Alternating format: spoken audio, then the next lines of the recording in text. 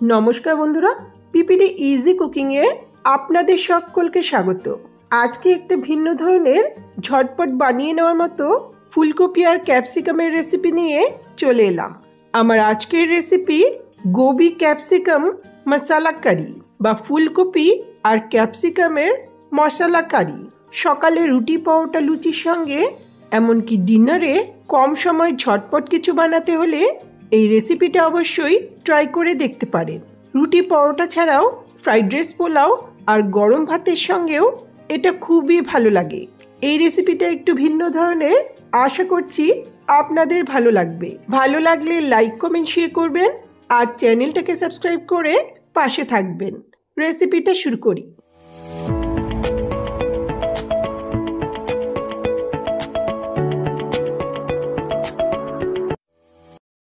সবার প্রথমে একটা প্যানের মধ্যে 2-3 টেবিল স্পুনের মতো তেল ভালো করে গরম করে নিচ্ছি। আমি সর্ষের তেলে রান্না করছি, আপনার সাদা তেলেও রান্নাটা করতে পারেন। তেল ভালো করে গরম হলে ফ্লেমটাকে একেবারে লোতে রেখে সামান্য একটু হলুদ আর লবণ ছিটিয়ে 10-12 টুকরো ছোট করে কাটা ফুলকপি দিয়ে দিচ্ছি। ফুলকপিটা আমি সামান্য নুন জলে ভিজিয়ে রেখে ধুয়ে নিয়েছিলাম। আপনারা এটা উষ্ণ জলে একটু ভাপিয়েও নিতে পারেন। এখন মিডিয়াম ফ্লেমে ফুলকপিটাকে হালকা লাল করে ভেজে নেব।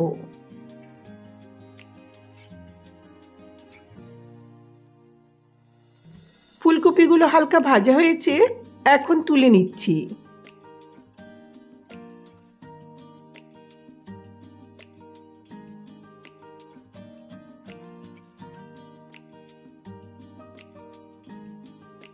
এখন সেই একই তেলে দুটো বড় সাইজের পেঁয়াজ চৌকো টুকরো করে কেটে দিয়ে দিচ্ছি।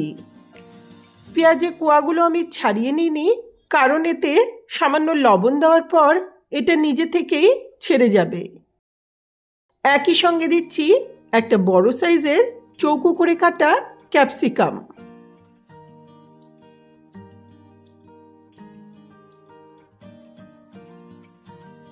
সামান্য একটু লবণ দিয়ে পেঁয়াজ আর ক্যাপসিকামটাকে হাই মিডিয়াম ফ্লেমে 2 মিনিটের মতো ভেজে নেব। এগুলো এমনভাবে ভাজতে হবে যাতে এর মধ্যে কিছুটা ক্রাঞ্চি ভাব থাকে। দেখুন, এগুলো লাল লাল করে ভাজা হয়েছে কিন্তু গলে যায়নি। এখন এগুলোকে তুলে এক পাশে রেখে দিচ্ছি।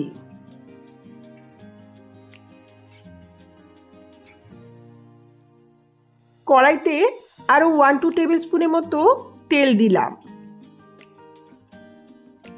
তেলটা খুব ভালো করে গরম হলে ফোড়ন দিচ্ছি 1/2 টিস্পুন গোটা জিরে আর একটা শুকনো লঙ্কা।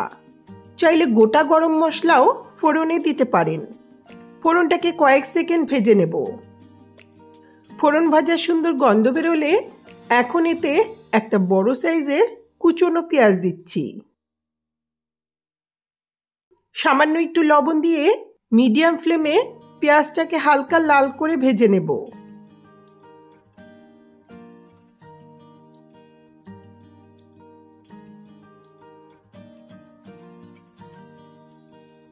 পেঁয়াজ হালকা ভাজা হয়েছে, দিচ্ছি 1 টেবিল স্পুন আদা রসুন বাটা।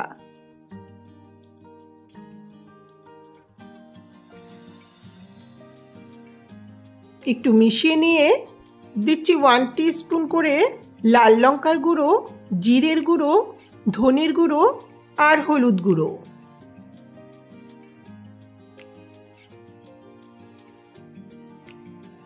যারা ঝাল খেতে পছন্দ করেন না, তারা লাল লঙ্কার পরিবর্তে কাশ্মীরি লঙ্কার গুঁড়ো দিতে পারেন। লো ফ্লেমে মশলাটাকে কয়েক সেকেন্ড নেড়ে নেব।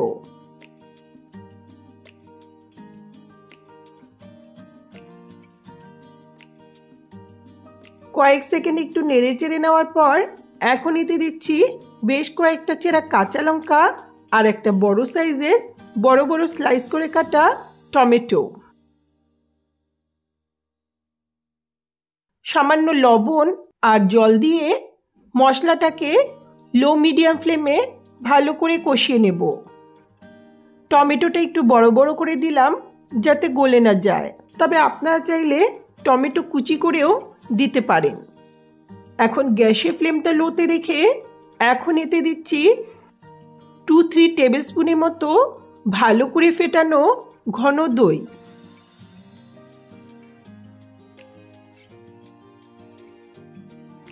দইটা দেওয়ার পর লো ফ্লেমে ভালো করে নেড়েচেড়ে মিশিয়ে নেব।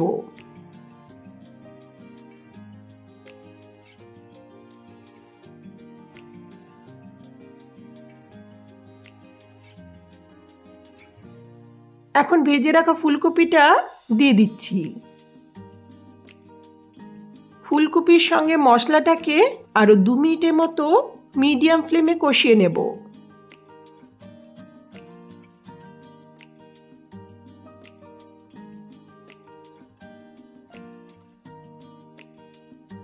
এগুলো কষানো হলে পেঁয়াজ আর ক্যাপসিকামগুলো দিয়ে দিচ্ছি।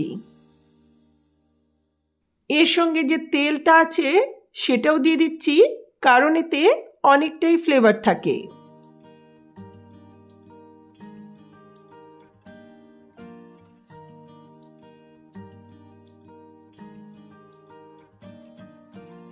খুব ভালো করে নেড়েচেড়ে মিশিয়ে নিচ্ছি। ক্যাপসিকাম আর পেঁয়াজ দেওয়ার পর বেশিক্ষণ রান্না করার প্রয়োজন নেই। এখন এতে দিচ্ছি প্রয়োজন মতো উষ্ণ গরম জল। খুব বেশি জল দেওয়ার প্রয়োজন নেই, কারণ রান্নাটা একটু মাখো মাখোই ভালো লাগে। দিচ্ছি স্বাদ মতো লবণ আর হাফ টিস্পুনের মতো চিনি। অনেকটা দইয়ের ব্যবহার করেছি, তাই সামান্য একটু চিনি দিলে টেস্টের ব্যালেন্স হবে। ভালো করে মিশিয়ে নিয়ে 2-3 মিনিটের মতো মিডিয়াম ফ্লেমে ঝোলটাকে ফুটিয়ে নেব।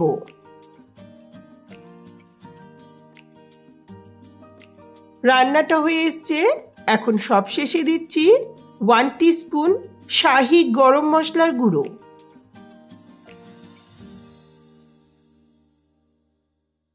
আর রান্না করার প্রয়োজন নেই, খুব ভালো করে একটু মিশিয়ে নিয়ে ঢাকা দিয়ে গ্যাসের ফ্লেমটা অফ করে কিছুক্ষণ স্ট্যান্ডিং টাইমে রেখে দেব।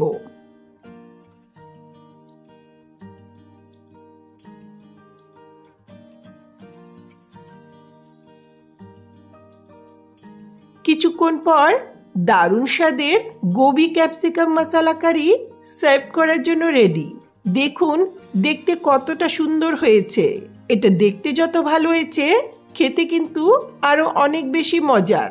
এটা রুটি, পরোটা, লুচি, নান, এমনকি গরম ভাতের সঙ্গেও খুবই ভালো লাগে।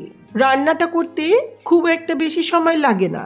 তাহলে অবশ্যই আমার মতো করে রেসিপিটা ট্রাই করে দেখবেন। আশা করছি আপনাদের ভালো লাগবে। ভালো লাগলে লাইক, কমেন্ট, শেয়ার করবেন আর চ্যানেলটাকে সাবস্ক্রাইব করে পাশে থাকা বেল আইকনটা অবশ্যই প্রেস করবেন, যাতে আমার ভিডিওর নোটিফিকেশনগুলি আপনাদের কাছে সহজেই পৌঁছে যায়। ধন্যবাদ।